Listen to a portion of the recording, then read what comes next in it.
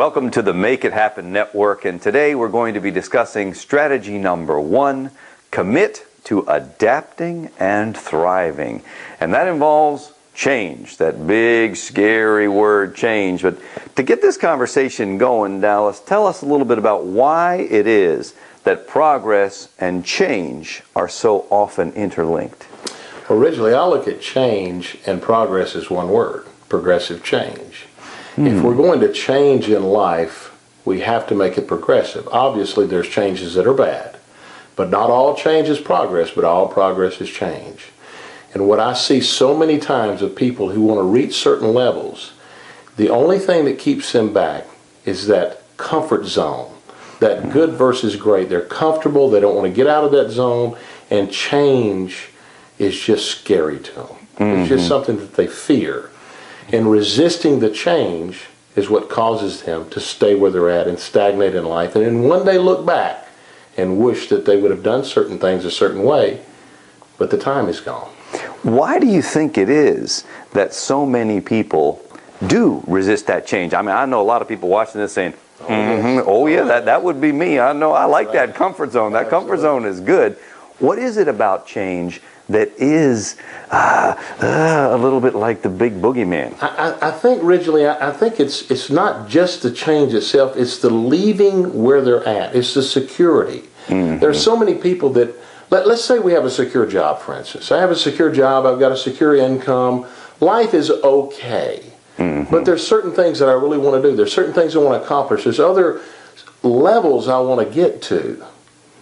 But every time I get to the point of really stepping out, I think about giving up that security, giving up that warm blanket like the old Peanut series, you know, a little warm blanket. I have to give that, and if I give that up, that means if this doesn't work, then you're in real trouble. I'm in big trouble. So therefore people will get to a certain point and they'll be fearful. I've seen people literally develop things on the outside of their security, the outside of their job, for instance, that create equal to or greater money than the job, but they're still fearful to give up the job because that job to them has some type of security connected to it that will always be there, and this that they're doing may not be there tomorrow. Which the reality of it is, as you and I well know, businesses come and businesses go. The security of the business is not really security anymore. We've seen Fortune 500 companies go out of business. But they just have that security. And I think it's giving up that comfort zone. It's giving up that security that makes us resist change so much. And it happens a lot. I mean, this is not an isolated situation. What about all the people that have their friends and family that are saying, you're going to give up your good job? Are you nuts? Absolutely. Even sometimes when a person's making, as you suggested, more money on something that they developed outside of the secure spot, they're still, oh man, but if I give that up over there. I mean, I remember Bob Proctor talking about that. He was a fireman making $4,000 or $5,000 a month, and when he was making more than twice that much, his family, from his part-time job, his family was still telling him, Bob, now you're crazy. You just can't give up a job as a fireman. Are you nuts? What's that about? Originally, the old saying, misery loves company. And the people probably that are the most influential in our life are also the people that are probably the ones that destroy us the most from growing or keep us from growing. Okay? Because, and they don't mean to, they love us. It's just that they think they're looking out for us. They think they're protecting us. They think that they're covering us in a certain way. Oh, originally, don't do that. I'm glad you're doing that. I'm happy for you. But what if? And they think they're protecting you. But in essence, what they're doing is holding you back.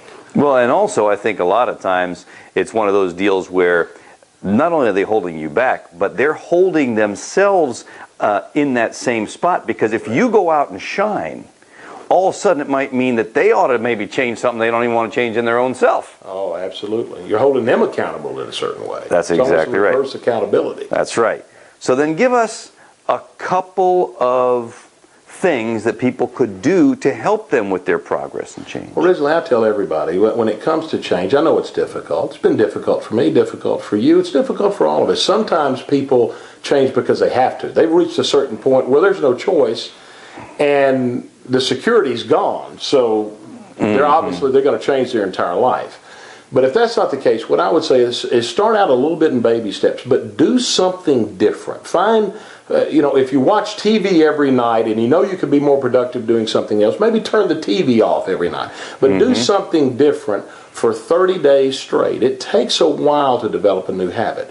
Start doing things different, trying to find one thing you can do different every month to try to change your life in a certain way toward the better. Okay? Be flexible to the fact that sometimes when we want to change, certain things pull us back. Be flexible to that. You may have to change some of those strategies just a little bit.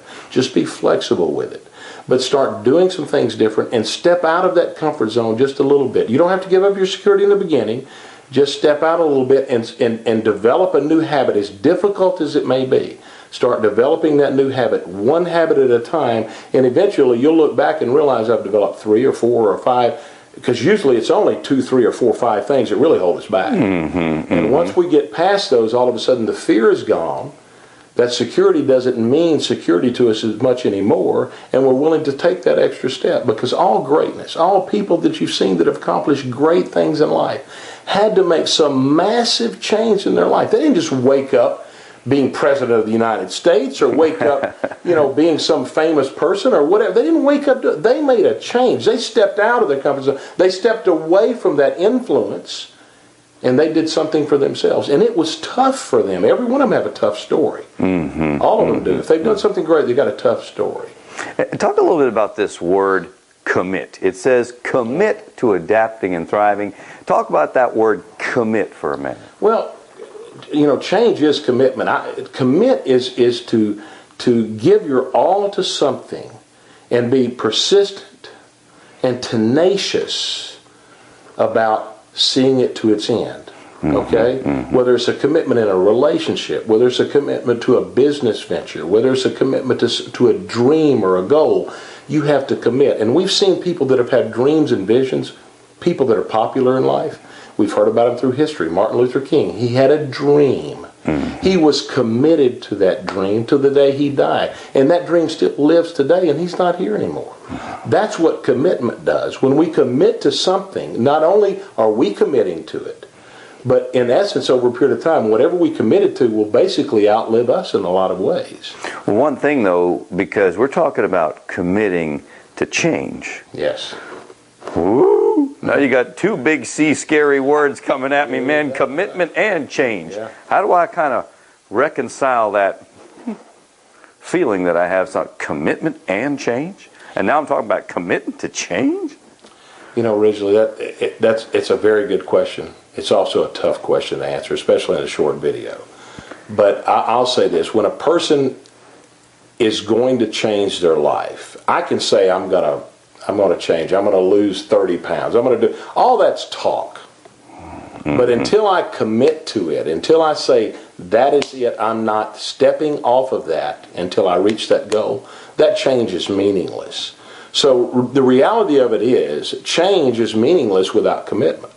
The two go hand in hand. So we can look at it as 2 words, as you're saying, 2 ugly words, but really they overshadow each other. They're really one word. I can't change without being committed to change. I can't. So that change is scary because with it brings commitment. And that commitment is something people don't want to do, because if I commit and I say to you originally, I'm going to do this, or I'm going to go here, or whatever it may be, then I have to face you if I don't do that. And we're going to continue speaking more and more about how to make that commitment to change stick in upcoming strategies. This is the Make It Happen Network, strategy number 1.